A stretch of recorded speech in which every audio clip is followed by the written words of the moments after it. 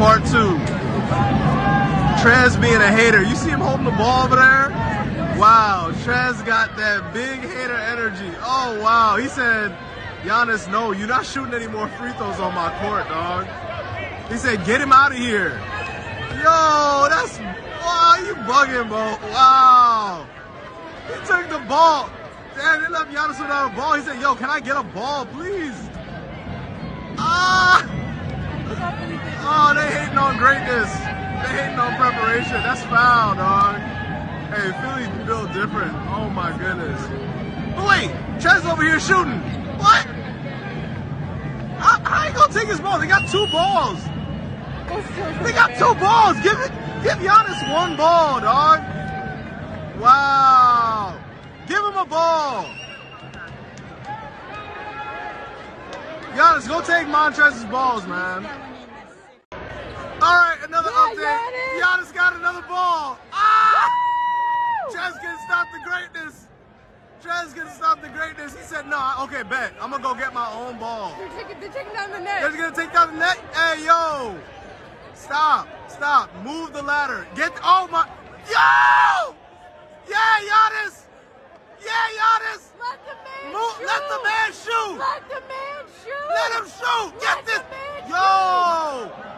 Oh. Get the ladder out of my way. Oh my God. But if Giannis ain't leaving, why we gotta leave? Oh my gosh. Wow.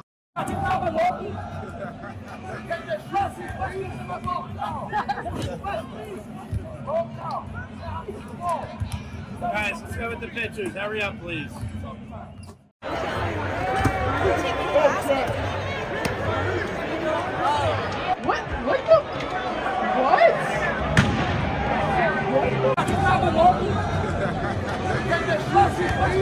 The humble giant Giannis Antetokounmpo broke character tonight after having an off shooting night from the free throw line, making only 4 of his 15 attempts in a Bucks loss against the 76ers, where after the game a frustrated Giannis decided to practice his free throws and knock over a ladder from the Philly employees. Do it. Is he making it move the ladder? Dude, don't be an asshole. What the? What?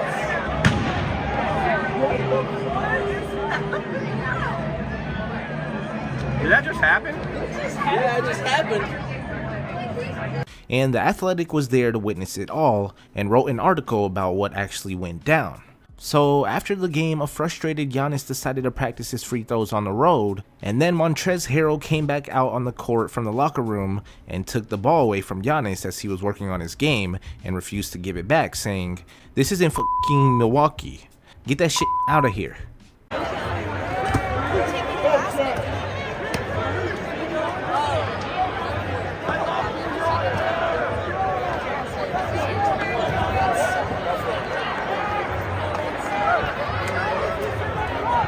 And Philly's coaching staff member Jordan Love stood in between them and said Giannis was not permitted to shoot on the floor after the game. So Giannis left the court and returned with 2 basketballs, but when he came back, an employee pushed the ladder in front of the hoop where he was shooting at, and Giannis asked him to move it, but the employee refused and said no.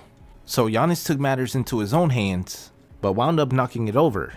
And Giannis said, "I never try to disrespect anyone in any shape or form. I feel like today was just an unfortunate event that took place. I think people did not respect the fact that sometimes players want to get some extra work in. I think it's unprofessional to kick somebody off the court or take the ball or whatever the case might be, or put the ladder in front of somebody while they're trying to do their job. We get paid to do this. They didn't just pick us. We get paid. It's just funny to me because I have a basketball court in my house and my kids always go and shoot, and whenever it gets to 9 p.m., I go and take the ball from their hands. I feel like we're more mature than that. We are professional athletes that's trying to do our job. You can go and ask Montrez. I offered him to shoot. Let's shoot together. Meanwhile, I don't understand this because there's a basket right behind me. There was another basket behind me, and he chose to come take my ball, have his coach in front of me, and kind of bully me away from the court and go to the other basket. I'm not going to try to fight somebody. I have kids now. I gotta save my money. If you guys see that as disrespect, that's on you. And there's more. As Giannis continued his work at one end of the floor, Montrezl was on the other, yelling, "Yeah, I took the ball. Get the fuck out of here." And Giannis shouted from his end saying, "I'm doing my fucking job."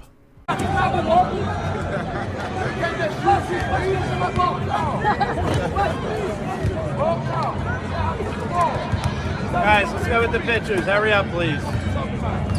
Giannis returned to the locker room and explained what happened, as his teammates shook their head in disbelief. And after Giannis left the court for good, his big brother Thanasis walked up to Montrezl, and Montrezl said, "I'll beat your ass, and you better send that shit back to the locker room." Thanasis walked away without incident. Now, with all that being said, the Sixers declined to comment, but a league source said arena workers immediately removed video equipment from the top of both backboards after every game. Let me know down in the comments below your thoughts on this whole situation. Giannis has the MVP awards under his belt. So Michael Wilbon with us today. Who's having the more dominant season between these two big men, Giannis or Embiid? I mean, dominant to me, if you say dominant, Greeny, the first thing I'm going to think of is winning. And if your team is 7-7, not that it's his fault, but if your team is 7-7, you're not dominant. You're not dominating anyone else. And that's what Embiid's team is. So right now, and I voted for Embiid last year for MVP. So I got no problem with being on the Embiid bandwagon. Not last year and not right now. I'm on it. But the answer is Giannis. I mean, Giannis has got that team playing the way they have. With all those absences, he's making everybody else in that team better. I don't care about the numbers. Dominant means winning. Milwaukee and Boston, those are the teams in the NBA right now. How about Stephen A? I actually don't want to answer the question. I'll go with Giannis, but I don't want to answer the question. I mean, when you look at Joel Embiid and what he brings to the table, we understand how big time he is, but Giannis averages more in points and rebounds up against him. But more importantly, Giannis has enjoyed more success. He is a champion. Joel Embiid can't get out of the second round. Now, that's not entirely his fault. Most of it is not his fault, actually. It's about the team around him, too. But in the end, I'm getting sick and tired of constantly talking about the greatness of Joel Embiid, and I can't see the man past the second week in May. It's starting to get on my nerves. So does he have the team that can do it? Let me just change it up slightly here. We all know that Giannis has the team that can do it. We saw them win a championship, and when healthy, I think we all think they are the team to beat in the Eastern Conference. Does Embiid, when Harden comes back healthy, does he have a chance to make the run to the finals? I believe they have the talent and they're on the clock to win the East along with the Nets. Those are two teams that I'm really watching for, and it may even, in particular the Sixers, cost their coach his job if they get bounced early. But to answer your question, I'm going to disagree with my esteemed brother Stephen A. and Wilbon. Let me tell you guys a secret. I actually won NBA Player of the Week before. Twice. It wasn't because I was the best player in the game. It didn't matter how many championships I had. It's a regular season. Joel Embiid is more dominant right now. Giannis has missed three or four games. He had 27 against the Hawks. He had 16 against the Cavs. Joel Embiid is the reigning NBA Eastern Conference Player of the Week. He averaged 40 and 11. With 2.8 blocks. He's more dominant right now. We may lose Stephen A. I'm a little worried about Stephen A. That's fair. He's more dominant. That's fair. So Jalen raises some great points, Stephen A. We may have to bow down. I'm not refuting, but remember, he's making a great point against you because you said Giannis. I said I really didn't want to answer the damn question. Now, if you ask me, I gotta answer Giannis. But what I'm saying is, we always talk about Joel Embiid now. It's always early in the season, and then an injury takes place, and then he's out. He already missed 5 games this year. But he gets injured, and then he comes back, and he's reminding us of his greatness, but then we're wondering about who else is going to show up with him, and then they go home, and then we say, you know what, that Joel Embiid is a damn shame that he didn't get this far. And then we're looking at everybody else, and then we're looking forward to next year with the Philadelphia 76ers. You are talking to a man that worked in Philadelphia for 17 and a half years. I covered Allen Iverson every every day of his career for his first 7 years in the National Basketball Association. I watched him go to the finals, and I saw a little dude 6 feet tall with guys whose names you could barely remember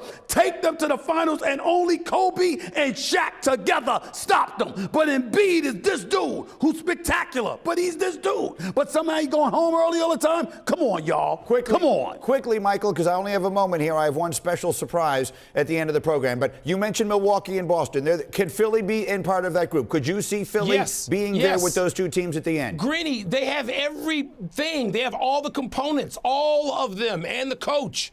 They have it now, but Stephen A's right. It's up to them to keep themselves together and challenge Milwaukee and Boston, because those are the two teams they're looking up to. But I do believe they have all the ingredients. Get in the kitchen and bake the damn cake.